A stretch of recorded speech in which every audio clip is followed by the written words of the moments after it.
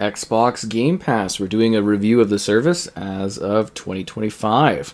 Be sure to like the video. Subscribing is great as well. So we do this every year. The service continues to evolve. We now have more tiers than I think we've ever had. Xbox Live Gold is now gone and replaced.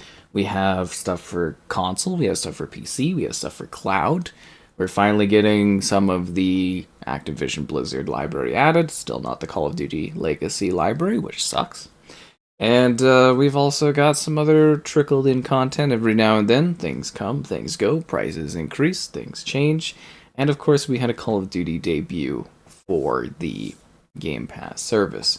So we're going to dive in and talk about the different options, the combinations of like cloud gaming, EA Play, playing on the console, playing off the console, everything like that. Let's take a look at the different tier options. So on the console side of things, we have three different tiers. Game Pass Ultimate is kind of what I recommend, and basically the only thing that's really quite taking advantage of the service and really giving you the best bang for your buck, honestly. Even though it does cost the most, you get the day one releases, you get all the game library, you get your online multiplayer, you get your EA Play, you get your cloud gaming, perks, deals. Then we've got Game Pass Core, which is kind of like your worst of the bunch. This basically replaces Xbox Live Gold. I'd call it more like a silver tier, but yeah, so this one, and it's in Canadian pricing. It differs depending on where you are, and the prices on this increase all the time. Yeah, so it doesn't really matter anyways, but whatever your regional thing is what you pay and all that. So this is just like a selection of games, multiplayer deals. And then there's Game Pass Standard where you get the library, you get the multiplayer, you get the deals. And then the better option is if you're on PC, because PC, you get the day one, you get the other stuff, and you get that in a price factor that is similar to your Game Pass Standard thing. It's the best deal on Game Pass is the PC access only. Hilariously, because again, as we move forward, console hardware for Xbox disappearing, Game Pass kind of taking over for that sort of thing. Okay, let's dive in and let's take a look at the core games. So again, it's like a selection of 25 plus games. As you can tell, a lot of it is first party stuff, some pretty decent titles, multiplayer oriented games largely, couple indie things. It's basically a teaser that's trying to get you to buy a larger tier of Game Pass, but I thought we would go over it just so you get an idea of what this level of the service offers, because it is distinctly unique and different. Cool. Now we're going to dive in and talk about the features. So assuming you have Game Pass Ultimate, you get the day one games. So anything from the first party lineups, day one on Game Pass, at least thus far. So new Call of Duty comes out, something like Forza, something like Halo if that ever happens again. All that stuff, day one, Game Pass. So they cannibalize their sales, and you get to enjoy the games on the subscription. Access to hundreds of high-quality games. I think it's like 300-ish, roughly. They come, they go, some last forever on there, it seems, and yeah, it's always evolving and changing. Your online multiplayer, so you can play with your friends. So you do need access to... Before you'd say gold, now it's really confusing. You do need access to Game Pass to play against people online. Free-to-play games are not supposed to need this requirement, but, some of them still end up doing that, and it's a whole thing for sure. Then you have your EA Play membership. So this is access to the library of EA games. It's typically about 8 months or so between when these kind of games kind of pop off and get added. You also get a 10-hour trial for new games, or if it's like a campaign game, there's like a trickled out portion of it you get. So like say the new NHL game comes out, or Madden or FIFA or whatever, you get a 10-hour like basically trial of it to see if you like it. It's also cool because you get EA Play for the console and also for PC as well. So you can launch multiple launchers on top of each other, which is quite a pain. Then you get member deals and discounts. So 20% off select games, 50% off store discounts. There's also like a perk of like a percentage off. I think it's like 10% or so on like DLC and that you buy for games that are on Game Pass. Then there's perks. Every month you get a collection of random little DLC things for games like Apex Legends charms or some kind of like in-game item thing. Like Halo Infinite, for instance, had like gun skins once or twice, and that's the extra like kind of perks that you get available there. And then cloud gaming. So cloud gaming's growing. Lots of growing pains on Xbox for cloud gaming, but cloud gaming is growing. It is interesting because now we have a feature where if you have this tier of service, you can buy games and stream them anywhere. So if you not available just through the service. So for instance, new game just launched, Assassin's Creed Shadows. If you buy Assassin's Creed Shadows, you can use the cloud gaming to stream Shadows on any device where cloud gaming is available, which is like, any mobile device, anything with a screen basically. And that is a concept of helping Xbox move away from the hardware that, has basically been the foundation and core of Game Pass for many, many, many years. Cool.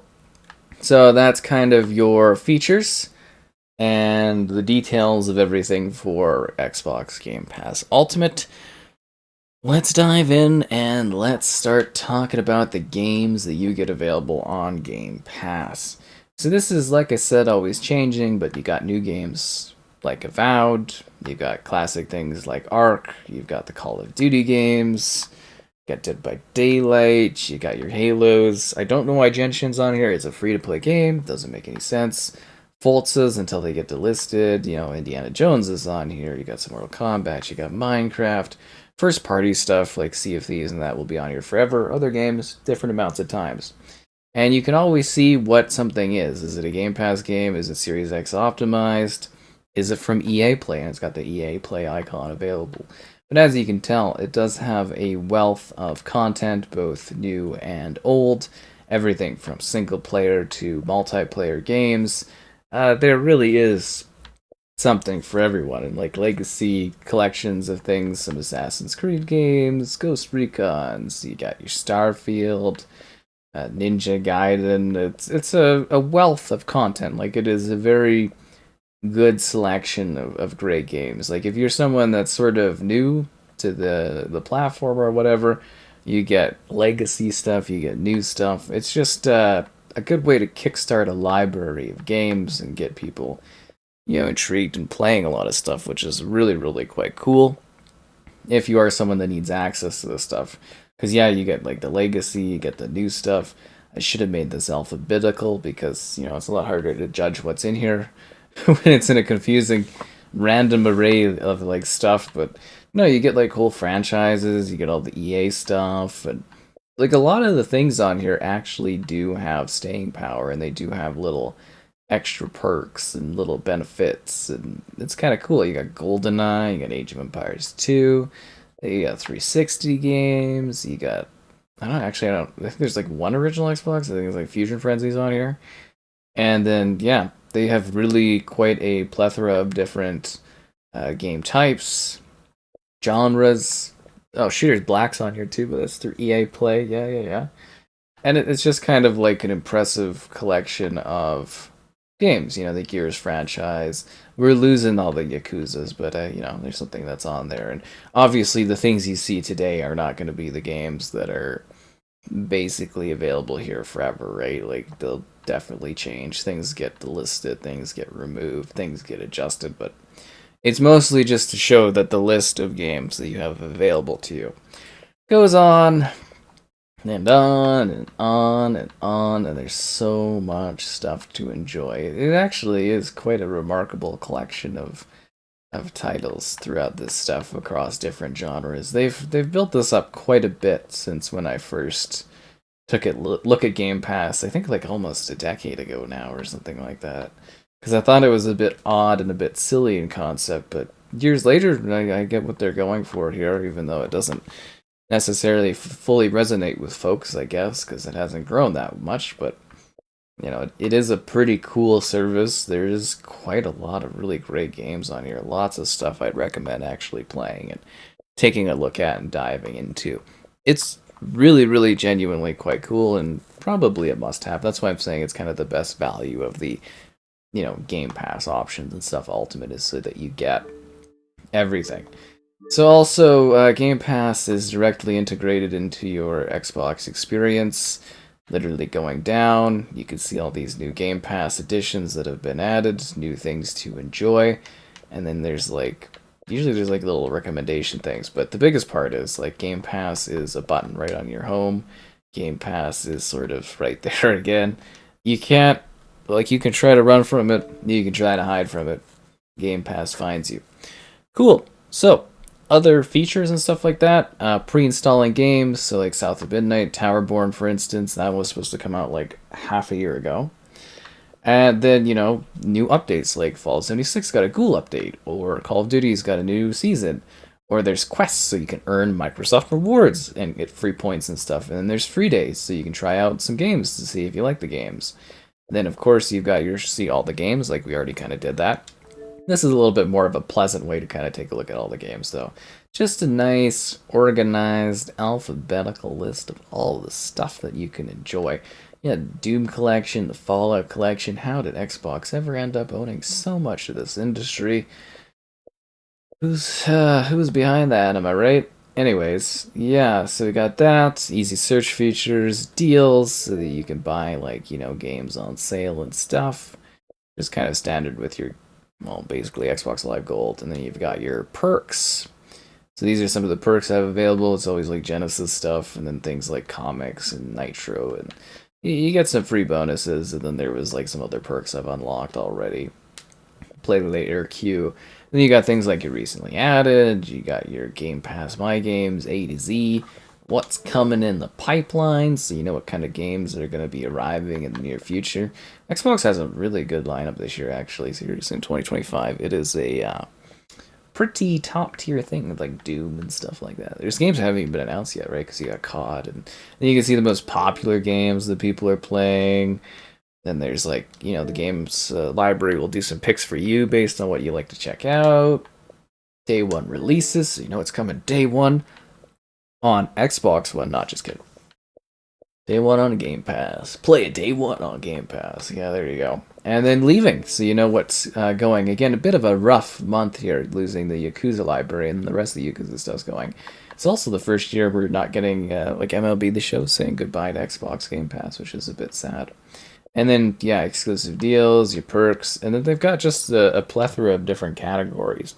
The whole point is to help you be introduced to new games and new ways to enjoy those games and see what they have to offer for you. And you can keep scrolling and it just keeps giving you all of these different categories, all of these different options, what your friends are playing, what kind of multiplayer is available. It's just steampunk, really? Yeah. Alice, really? I guess. Kind of, I suppose. Yeah, role-playing, co-op games, and then your other benefits, and yeah, free play days. I think we can kind of show off the cloud gaming a little bit better, because that's a big new thing for this, is the cloud gaming. So yeah, the idea is that you are going to be able to, or actually you can for 50 plus, I think we're getting up towards 100 or so. Games that literally you don't, for instance, have on Game Pass, something you bought and you own, you can stream through the cloud gaming, and then it just instantly, well, not instantly, there's usually a wait time. They need to work on that a lot, and the fidelity and quality of it, but it's a cool idea that you can do the cloud gaming. And usually I think there's an actual hub somewhere where you can actually see all the games that you can get as part of that service. But as you can tell, there's a lot of stuff, the whole Xbox experience in the modern era is kind of baked in around the idea of, well, everything is based around Game Pass. And yeah, you can still go in, do your buys and everything like that, but the entire focus nowadays is getting you playing Game Pass and checking it out. And yeah, that's kind of the future of where the service is kind of offered in that. And then, of course, you can get your supplementary game services. You got the Ubisoft Plus and the GTA Plus, and all this other stuff. I'm kind of surprised you don't get better deals than like Fallout First and stuff since it's first party, and then you can check out all the EA Play games. Lots of EA Play stuff, right? But you saw that all through the Game Pass Ultimate. Anyways, let's go and get back to our main hub of things floating down on the screen. So it's a pretty good service. Like, I think for years we've kind of called it like the best deal in gaming. I think it still kind of is, even though it clearly isn't necessarily appealing to everyone. Otherwise, the service would grow and the consoles would grow more. If you are on PC, the version of Game Pass you get there is just the best for sure by a mile. Game Pass Ultimate, though, does give you a lot. It gives you PC benefits, it gives you console benefits, it gives you the cloud gaming benefits, and it's definitely the growth segment I see them kind of taking in the future. They might do some other tiers down the road. I could definitely see that being a thing, but anyways, I hope that kind of helped with the confusion levels, because there's so many different tiers and so many different things, and things have been replaced. Xbox Live Gold's gone. Yeah, there's a lot of changes, but as of 2025, still a pretty solid and decent sale offering for you as a subscription. Honestly, it's good bang for your buck.